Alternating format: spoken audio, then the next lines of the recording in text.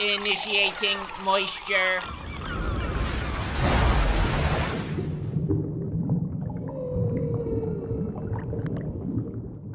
Break out the popcorn and get ready to change your diaper. It's moist meter time, and we're looking at House of the Dragon. This follows the remarkable disappointment of Game of Thrones Season 8, the most disastrous season ever broadcast of any show ever created. It single-handedly killed the cultural relevancy of Game of Thrones, which for about 7 years was the most popular show ever broadcast. And now no one talks about it, no one remembers it fondly because of how awful Season 8 was. And this show couldn't have been worse than Season 8 under any circumstances. If all of the episodes of House of the Dragon were just Two Girls, One Cup on loop for an hour, it would still be better than Season 8 of Game of Thrones. So this whole franchise had nowhere to go but up, and I'm happy to say House of the Dragon is actually good.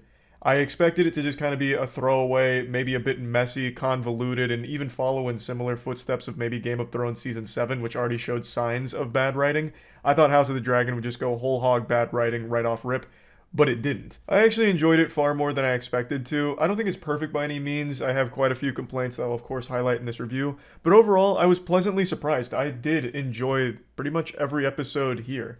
There's ups and downs, of course, but on the whole, I actually thought they did a really decent job with this. So let me go ahead and talk about the things I like. Of course, with a show this high profile and this high budget, you're expecting great visuals, and you get them, obviously. Apart from a couple of moments on Dragonback where I was like, damn, I can't see anything but CGI here. It looks a little goofy. But that only happens like twice throughout the entire show, with like a couple of silly scenes that kind of stood out. But overall, the visuals are absolutely amazing. And I actually think they look better than Rings of Power, which was $1 billion show. I think the visuals in House of the Dragon were actually at times better than Rings of Power. So I take that for what you will. I just really thought they did a great job world building in a world we're already somewhat familiar with. It's in the universe that we all know if you've watched Game of Thrones or read the books, but it still felt like unfamiliar. I didn't know exactly how things would play out. These are characters I don't know, but it's bloodlines that I'm familiar with. So for me, this didn't fall flat like some other prequels do, where you know where things ultimately end up, so the journey there is kind of meaningless since you already know the conclusion. Here, I don't know where it's going or where it's going to stop or where it's leading, because it takes place so far before Game of Thrones that I'm just in uncharted waters here. It's exploring a very interesting past, and I think they've done a great job with setting all of that up and getting all of the pieces in place. Now, it is pretty slow-paced. I think most people know that. The show's a bit of a slow burn at times. There's not a ton of, full throttle action with, skulls flying all over the place, people's eyes being popped out of their socket, ripping guts out of buttholes or anything crazy like that. There are, of course, those moments. They're used sparingly throughout the season. But when they're there, I think they hit pretty hard, and I think they really elevate the tension and the stakes of the show. So I really appreciate pretty much every direction they went here, except for one. They put so many time jumps in here, it's crazy. I think there's 4 or 5 time jumps. So you'll have a time jump of like 10 years, 4 years, couple years. I mean, it could be a time jump of a week. Like, it's just constantly shifting throughout time. So one episode, you'll have Rhaenyra and Alicent, and they're young, they're like 15. And then the next episode, they're like fucking mid-30s. Alicent's got 2 kids, and Rhaenyra's pregnant, and everyone's pregnant all the time. Every single episode of this show has someone pregnant, or a new pregnancy being announced, or a new baby on the way. Between the time jumps and pregnancies, my god, like we entered into some kind of alternate dimension where every time a woman even looks at a man, she's immediately pregnant. It is crazy how often people are pregnant here. But back to the time jump, it creates a problem where it's hard to like really get to know a character, because in one episode you feel like you have a pretty decent handle on where they are in the show, like their personality and like their mentality and the decisions they might make. But then the next episode, there's a huge gap of years. So this is like now a completely different person in a different place in their life. So you have to like relearn about them. You can't follow them through like this natural progression of like, aging, learning, and growing. So now everything you knew about this character in the last episode doesn't really apply anymore because so much time has passed. So it makes it just a little bit difficult when some big decisions get made. It feels like it almost comes out of left field sometimes, and it's just because so much time has passed, so you don't understand how they'd arrive at these big decisions and these big conclusions. And another thing that stood out to me is the only people that age up during these time jumps are Rhaenyra and Alicent and King Viserys. King Viserys just keeps aging until he looks like a goddamn reborn zombie, like a fucking mummy straight out of Imhotep's coffin or sarcophagus. Like, he's the only other one that ages up. Everyone else stays exactly the same age despite years going by. So everyone around Rhaenyra and Alicent look the same, but it's still 10 years into the future, and you have to like wrap your head around that. So like Sir Criston, for example, he looks exactly the same at the end of the show as he did at the beginning, even though like 15 fucking years has passed or something. And to kind of go back to the pregnancy thing, this also creates a problem because there's so many characters you have to keep track of and remember who's who, like whose kid is who. It's like an absolute daycare. There's kids all over the place, so there's so many characters that you need to remember the name of and where they're at in the universe. And there's two characters that have the exact same name, and they're both important characters. There's two Aegons. There's an Aegon on Alicent's side, and there's an Aegon on Rhaenyra's side.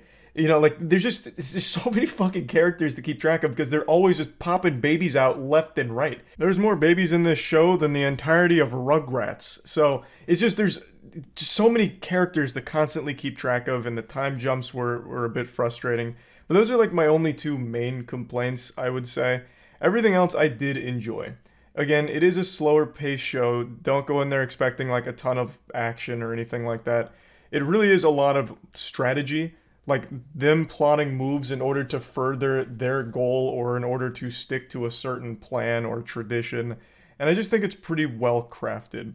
One character that I'd like to highlight is the King Viserys. I actually found that character really interesting.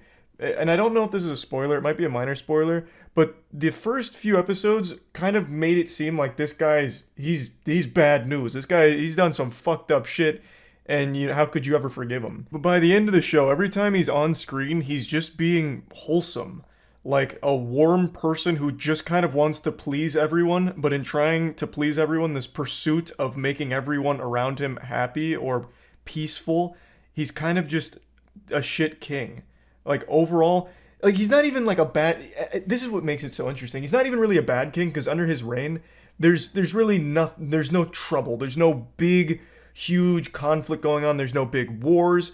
But he's also just not doing a lot to cement himself as a good king, which is something he also struggles with in the show and talks about with his trusted people. And it's like, yeah, he's kind of not wrong. He doesn't really do anything. He's like a filler arc in Naruto. He's just kind of there, and under his reign, things are good for most people around him, but he's always trying to make things better, and in this pursuit to make things better, he usually fails, and chooses, maybe not incorrectly, but chooses something that doesn't further anything, but he's always just trying to be nice. I don't know if I'm doing his character justice and explaining him. It's hard to do without getting into spoilers, but he's done some fucked up shit, but every time he's on screen, or every speech he gives, or everything and decision he makes, it seems like he's trying to do it from a place of love for his family and the people adjacent to his family and kingdom. So I don't know, I just found that character to be something of a standout, and the actor portraying him did a really great job of walking that line of like a nice guy, like just a decent man in a ruthless time, I suppose. But yeah, I just thought that was a cool character. And Daemon as well. I think Daemon is the other side of King Viserys. It's his brother. And I think Daemon is another extremely interesting character because you're never quite sure where exactly his head's at and what he's trying to do and accomplish for himself. So I don't know. I just really did enjoy the season overall, even though there were times I felt it to be quite lackluster. And I chalk a lot of that up to the time jumping and having to like restart learning about characters and their positions from episode to episode. Even though it wasn't that big of a deal, you did still have to spend like an additional 15-20 minutes getting reacquainted with what's going on now since so much time's passed, and that was a bit of a headache. So not perfect by any means, but I did think they did a good job and a lot better than I was expecting. It makes me excited for season 2. So, you know, plugging House of the Dragon into the moist meter, I'm going to give it a nice clean 80%, and I'm really optimistic for season 2 of this. According to HBO, from what I've read, don't know if this is a real report, so take it with a grain of salt, this was their slowest season they'll ever do because it's all about setting up the future and where it goes from here, which is, you know, based on how this wrapped up, it's going to be fucking all-out chaos. So I'm excited to see how they tackle that, and yeah, that's about it. So yeah.